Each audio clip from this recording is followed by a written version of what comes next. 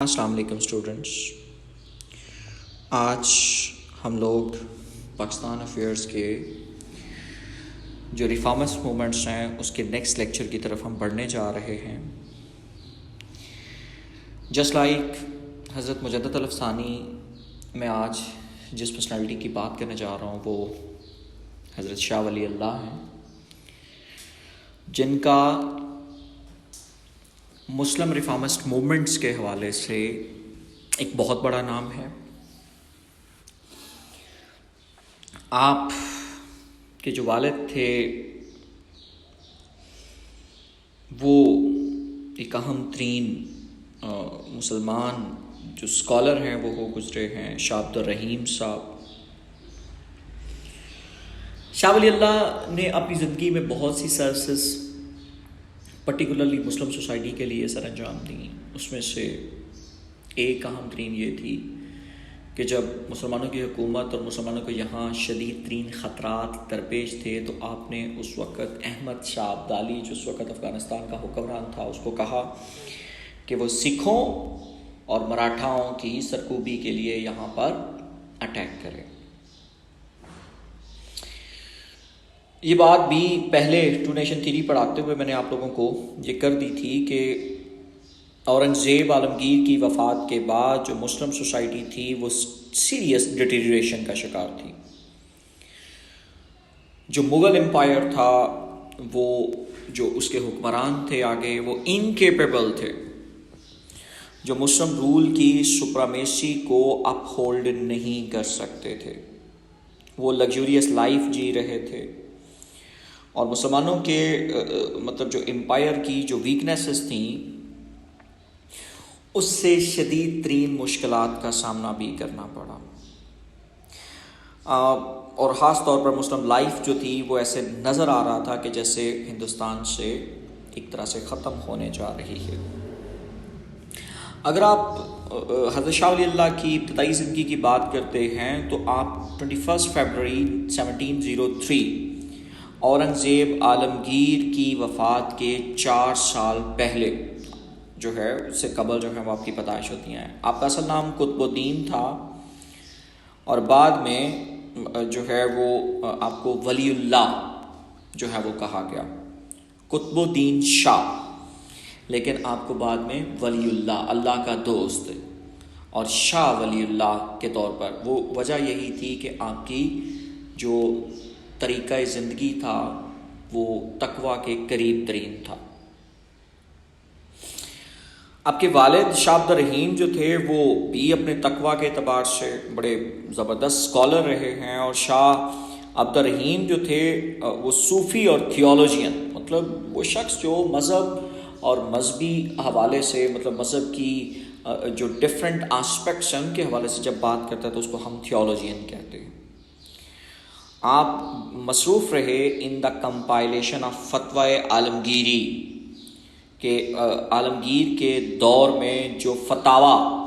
مختلف قسم کے دیے گئے تھے، جو فتوے دیے گئے تھے. اور فتویٰ بنیادی طور پر ہم یہ بات بھی جانتے ہیں بینگ مسلم کہ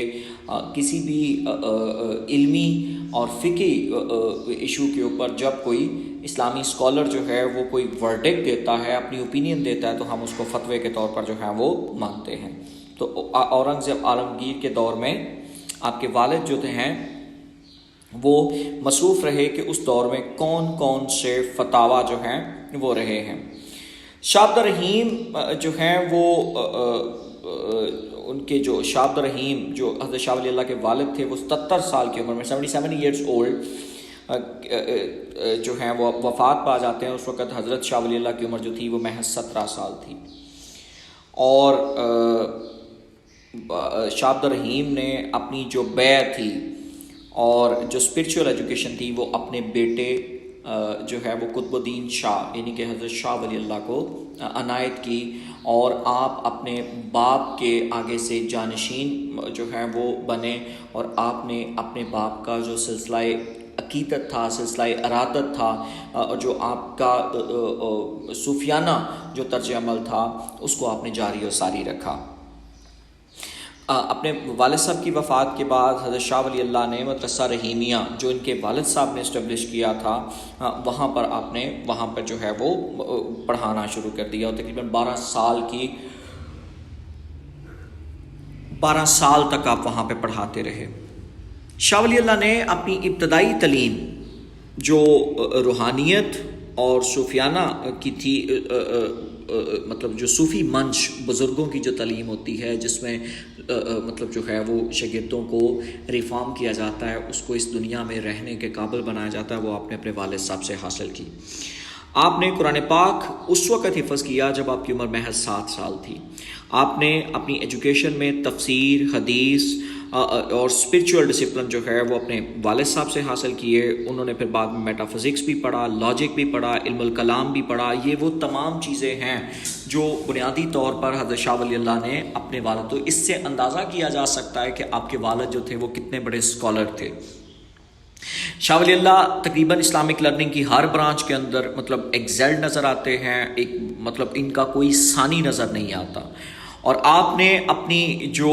تعلیم تھی وہ تقریباً 15 سال کی عمر میں، جو اس وقت کے پریولنٹ کسٹمز تھے ٹریڈیشنز کے مطابق اپنے ملک کی، وہ آپ نے حاصل کر لی۔ 15 سال کی عمر تک آپ ایک ایکسپرٹ اسکالر کے طور پر جو تھے وہ موجود تھے۔ آپ نے صحیح بخاری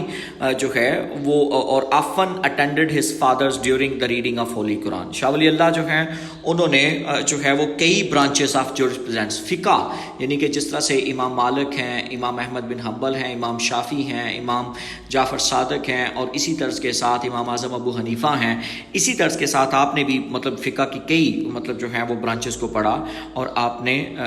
جو ہے وہ شریعہ واقعہ اور ہادیہ اور سم پورشن آف اصول فقہ کے جو ہیں وہ آپ نے پڑھے تھے۔ شاہ ولی اللہ جو ہیں وہ صرف اور صرف علم تک محدود نہیں رہے، بلکہ آپ ہیومینٹیز جو برانچ آف نالج ہے آپ کا، اس میں بھی بڑا مطلب جو ہے وہ جید آپ مانے جاتے ہیں۔ آپ کی جو گرپ تھی جو دنیاوی علوم ہے اس کے حوالے سے بھی آپ کی گرپ جو ہے وہ بڑی زبردست نظر آتی ہے۔ آپ نے جو ہے وہ آپ نے پڑھا اس وقت معجز القانون پڑھا آف حکمت، اور شریعہ ہادیہ حکمت جو ہے جو میڈیسن اور طب کے اہم ترین شعبے مانے جاتے ہیں، آپ نے وہ بھی پڑھے۔ اس کے بعد آپ 1730 میں جو ہے وہ ہائر اسٹڈیز کے لیے سعودی عربیہ چلے گئے، وہاں آپ نے حج کیا، اور وہاں سے آپ نے جو کیپیبل جو ٹیچرز تھے مکہ اور مدینہ کے، آپ نے ان سے بھی ایجوکیشن حاصل کی۔ وہاں پر آپ کے جو اساتذہ میں سے جو اہم ترین لوگ ہیں وہ شیخ ابو طاہر بن ابراہیم آف میدائن جو ہیں وہ موجود ہیں، اور آپ نے پھر سند ان حدیث فرام شیخ ابو طاہر سے مطلب جو ہے وہ حاصل کی، جو اس وقت خود بھی ایک ایکسٹرا آرڈنری انٹلیکچوئل جو ہیں وہ شخص تھے۔ آپ 1734 میں ہندوستان جو ہیں وہ واپس آئے، تقریباً 4 سال کا عرصہ آپ نے حجاز مقدس میں گزارا تھا۔ تو یہ شاہ ولی اللہ کی لائف کے حوالے سے کچھ انٹروڈکشن ہے۔ تو اس میں کوئی شک نہیں ہے کہ آپ ایک اپنی زندگی میں ایک ایکسٹرا آرڈنری پرسنالٹی کے طور پر مطلب ایک ایسا شخص، ایک ایسا اسٹوڈنٹ تھا جو اپنی کیپیسٹیز کے اعتبار سے بہت ہی شاندار تھا۔ اب اگر آپ کے دور کے مطلب جو پرشوب حالات ہیں اگر ہم ان کو دیکھیں، اس وقت کے مسائل کو دیکھیں، تو آپ کا وہ دور جو ہے وہ بالکل ویسا ہی تھا جیسے آج سے 200-250 سال پہلے، مطلب آپ کی پیدا ہونے کے 200-250 سال پہلے جو تھا وہ سامنا تھا اکبر کے دور میں، جب حضرت مجدد الافسانی جو ہیں وہ ریفارمسٹ موومنٹ کا آغاز کرتے ہیں۔ جو لاسٹ لیکچر میں نے آپ لوگوں کو دیا تھا اس میں بھی میں نے اس کے حوالے سے تذکرہ اچھا خاصا آپ سے ڈیٹیل سے کیا ہے۔ تو جب حضرت شاہ ولی اللہ تھے اس وقت بھی ان اسلامک ٹرینڈز تھے، پریکٹسز تھیں جو کہ اسلام کا، قرآن سے، حدیث سے ان کا کسی قسم کا کوئی تعلق نہیں تھا، اور خاص طور پر اس وقت بھی جو صوفیاء تھے، جو سو کال صوفیاء تھے، وہ جادو ٹونے کی تو بات کرتے تھے لیکن اسلامی جو نظام زندگی تھا یہ اس کو فالو کرنے والے نہیں تھے۔ بہرحال جو ٹائم اور سچویشن تھی، یہ اس وقت ضرورت تھی کہ کوئی ایک ایسا شخص ہونا چاہیے کہ جو مسلمانوں کو جو ہے وہ ریفارم کرے، ان کو پرچ کرے، اور خاص طور پر جو ان کے اندر غیر اسلامی عادات آ چکی ہیں، مسلم سوسائٹی کے اندر جو ٹرینڈز شامل ہو چکی ہیں، ان کو مطلب جو ہے وہ بہتر کرنے کی کوشش کیا جائے۔ تو کنسیکوینٹلی جو ریلیجیس ریجنریشن ہے وہ ایمرجنس آف شاہ ولی اللہ کے ساتھ جو ہے وہ دوبارہ سے یہ سلسلہ جڑ جاتا ہے جس سلسلے کو مطلب شروع کیا تھا حضرت مجدد الافسانی نے. تو حضرت شاہ ولی اللہ جو ہیں وہ حضرت مجدد الافسانی کے اسی سلسلے کو مطلب جو ہے وہ جوڑتے ہیں اور آپ ریفارمسٹ موومنٹ کا آغاز کرتے ہیں. تو سب سے پہلا جو ریفارم موومنٹ میں آپ کا نام نظر آتا ہے وہ تھی، اگر آپ اس وقت کی کنڈیشنز کی بات کرتے ہیں تو وہ تھی مسلم کنڈیشنز پہ. جب تک ہمیں کنڈیشنز کا پتہ نہیں چلے گا ہم شاہ ولی اللہ کی ریفارمز جو ہے وہ اس کو انڈرسٹینڈ نہیں کر سکتے. تو ان دنوں کے اندر مطلب جو ہے وہ پولیٹیکل اور سوشل ٹرمائل تھا، خاص طور پر سب کانٹیننٹ میں. جو لائف تھی، پراپرٹی تھی، جو آنر تھی وہ سیکیور نہیں تھی، کیونکہ وہاں پر بہت زیادہ ڈسرپٹیو فورسز تھی جو مسلم سوسائٹی کے اندر موجود تھیں. حتیٰ کہ مسلمانوں کے عقائد بگڑ چکے تھے. مسلمان جو ہیں وہ ہندوؤں کے ساتھ رہتے ہوئے کچھ ایسے عقائد اپنے اندر جو تھے وہ مدغم کر چکے تھے جن کا جو ہے وہ اسلام کے ساتھ کسی قسم کا کوئی تعلق نہیں تھا. دوسرے نمبر پر یہ بھی ایک بات ہمیں واضح طور پر یہ ذہن میں رکھنی ہوگی کہ جس وقت حضرت شاہ ولی اللہ جو ہیں وہ ریفارم کا سلسلہ جاری کرتے ہیں تو اس وقت اورنگزیب عالمگیر کا دور ختم ہو چکا تھا. مغل امپائر انتشار کا شکار تھا، اور جب مغل امپائر انتشار کا شکار تھا تو ایسی شکل میں یہ ممکن ہی نہیں تھا تمام تر لوگوں کے لیے کہ مطلب جو ہے وہ رائے راست پر رہ سکے. تو مسلم سوسائٹی کو اگر آپ دیکھیں تو امپائر ٹوٹ پھوٹ کا شکار ہے. وہ انکیپیبل تھے اپنے جو مغل امپائر کے جو اگلے مطلب بادشاہ تھے وہ اپنے پریڈیسیسرز کو جو ہے وہ فالو کر سکے. مغل امپائر جو ہے وہ گریجولی ڈکلائن کا شکار ہوتا ہے اور ایسے لگ رہا تھا کہ جیسے اب یہ بہت جلد جو ہے وہ زوال پذیر ہے. ریلیجیس کنڈیشنز کی بات کریں تو یہ بھی ایک بات ہے کہ جو مذہبی گروپ تھے وہ اپنی سپریورٹی جو تھے وہ کلیم کرتے تھے، and the tussle between Shia and Sunni جو سیکس تھی ان کے درمیان بہت زیادہ تھی. کہ ظاہر سی بات ہے مغل دور کے اندر اور خاص طور پر شاہ جہاں کی جو بیوی تھی اس کے دور کی اگر آپ بات کریں تو اس میں شیعہ ایلیمنٹ جو ہے وہ سب کانٹیننٹ میں بڑی تیزی سے ابھرتا ہوا دکھائی دیتا ہے. تو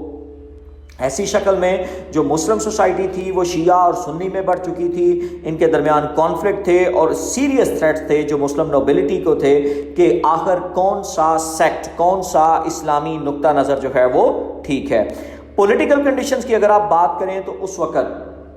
جیسا کہ میں پہلے بتا چکا ہوں کہ اورنگزیب کا جو ایک انٹیگریٹی والا سسٹم تھا، جو پولیٹیکل سسٹم جو اس نے اسٹیٹ اپنی اسٹیبلش کی ہوئی تھی وہ اب مکمل طور پر بکھر چکی تھی اور اس کی جگہ پر اب دو قوتیں جو تھیں وہ ابھر رہی تھیں. ایک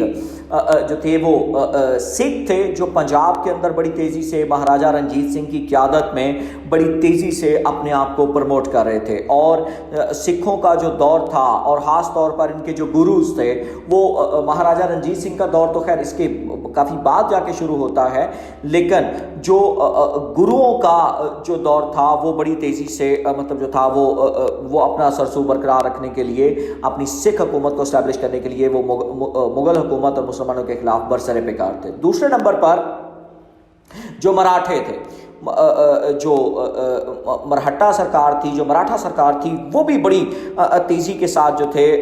وہ بنیادی طور پر مسلم حکومت کے لیے ایک چیلنج بنے ہوئے تھے. انہوں نے اپنی بڑی مضبوط فاؤنڈیشن بلڈ کر دی اور گورنمنٹ آف دہلی کے لیے جو تھے وہ ایک سیریس چیلنج تھے، اور اس وقت وہ علاقے پہ علاقے جو تھے وہ فتح کیے جا رہے تھے، جس کی وجہ سے جو دلی کا جو سلطنت تھی وہ سکڑتی جا رہی تھی اور مرہٹا ایک ابھرتی ہوئی پاور تھے. ہندو نیشنلزم جو تھا وہ دوبارہ سے پروموٹ ہو رہا تھا اور مرہٹے جو تھے وہ بنیادی طور پر جو سکھ تھے وہ سکھ نیشنلزم کو پروموٹ کر رہے تھے اور جو ہندو تھے وہ ہندو نیشنلزم کے پیچھے جو تھے وہ بھاگ رہے تھے، جس سے مسلم سوسائٹی جو ہے وہ فردر ڈکے کا شکار ہوتی ہے اور ڈکلائن کا شکار ہوتی ہے.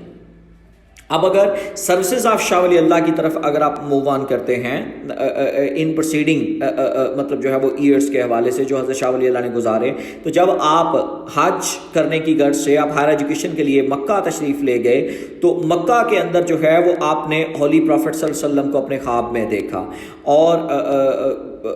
with the tidings that he would be instrument in the organization of section of society کہ آپ جو ہیں وہ ایک مسلمانوں کے ایک گروہ کو اکٹھا کرنے میں جو ہے وہ کامیاب ہو جائیں گے. لہٰذا آپ نے مسلم سوسائٹی کے لیے جب آقا علیہ الصلوۃ والسلام کی طرف سے خواب میں یہ اشارہ ہو گیا تو آپ پھر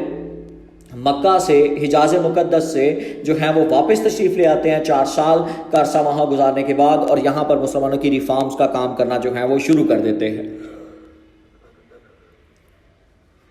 اگر فردر آپ کی ریلیجیس ریفارمز کے حوالے سے اگر ہم لوگ دیکھیں تو آپ نے مطلب جو ہے وہ ایک اس کو سیکرڈ ٹاسک مانا کہ مسلمانوں کو کنسولیڈیٹ کرنا ہے، ان کو ایک مطلب یہ جو فرقہ واریت ہے اس کو مطلب جو ہے وہ ختم کرنا ہے، اور آپ نے اپنے کچھ اسٹوڈنٹس جو ہیں وہ بھی اس حوالے سے تیار کیے، ان کو علم اور اسلامک لرننگ کی مختلف برانچز سے انرچ کیا، اور پھر اس کے بعد ان کو مختلف قسم کے ٹاسک دیے گئے کہ آپ نے دوسرے علاقوں میں جا کے کس طرح سے جو ہے وہ اسلام کی تبلیغ کرنی ہے۔ شاہ ولی اللہ نے اس وقت مسلمانوں کو یہ مطلب جو ہے وہ اس بات پہ قائل کرنے کی کوشش کی کہ وہ آقا علیہ السلام کے نقش قدم کو اپنائیں۔ آپ نے بیسک پرنسپل جو اسلام کے تھے وہ لوگوں کو بتائے۔ آپ نے کہا کہ جو قرآنک ایجوکیشن ہے وہ مسلمانوں کی فلاح و بہبود کا ایک نظام ہے، اور کہا کہ وہ جو ان اسلامک ٹرینڈز ہیں، جو آپ مطلب جو جھوٹے صوفیاء ہیں، جھوٹے علماء ہیں، جن کی وجہ سے آپ کے اندر جو ہیں وہ غلط ٹرینڈز جو ہیں وہ اس وقت آ چکے ہیں، آپ ان کو چھوڑ دیں۔ آپ نے جو ہے وہ لوگوں کو ارج کیا کہ وہ سادہ زندگی گزاریں اور لگزوریس جو اوائڈ کریں لگزوریس لائف سے۔ پھر یہاں تک سلسلہ نہیں بلکہ آپ نے جو ہے مسلم سوسائٹی کی تطبیق، انٹیگریشن کی طرف جو ہے وہ اپنا مطلب جو ہے وہ کام شروع کیا تاکہ اس کو ڈسٹرکشن سے بچایا جا سکے۔ آپ نے تطبیق کے طریقے سے آپ نے لبرل ایلیمنٹ کو مطلب جو ہے وہ انٹروڈیوس کروایا اور الاسٹیسٹی پیدا کرنے کی کوشش کی کہ وہ تمام چیزیں جو دو فرقوں میں ایک جیسی ہیں ان کے اوپر جن کا اگر مطلب جو ہے وہ کنسنسس موجود ہے تو لہٰذا ان سب کو اسی نقطہ نظر کے اوپر جو ہے وہ اکٹھے ہو جانا چاہیے۔ حضرت شاہ ولی اللہ کے دور میں ایک اور اہم ترین ایلیمنٹ ہمیں نظر آتا ہے، وہ ہے اجتہاد۔ اجتہاد کیا ہوتا ہے کہ جب آپ یہ ازیوم کر لیں کہ آپ کا وقت جو ہے وہ تیزی سے بدل رہا ہے اور اسلام کے جو اصول آج سے مطلب 200 سال پہلے موجود تھے وہ اب جدید دور کا ساتھ نہیں دے سکتے، تو اسلامی اصولوں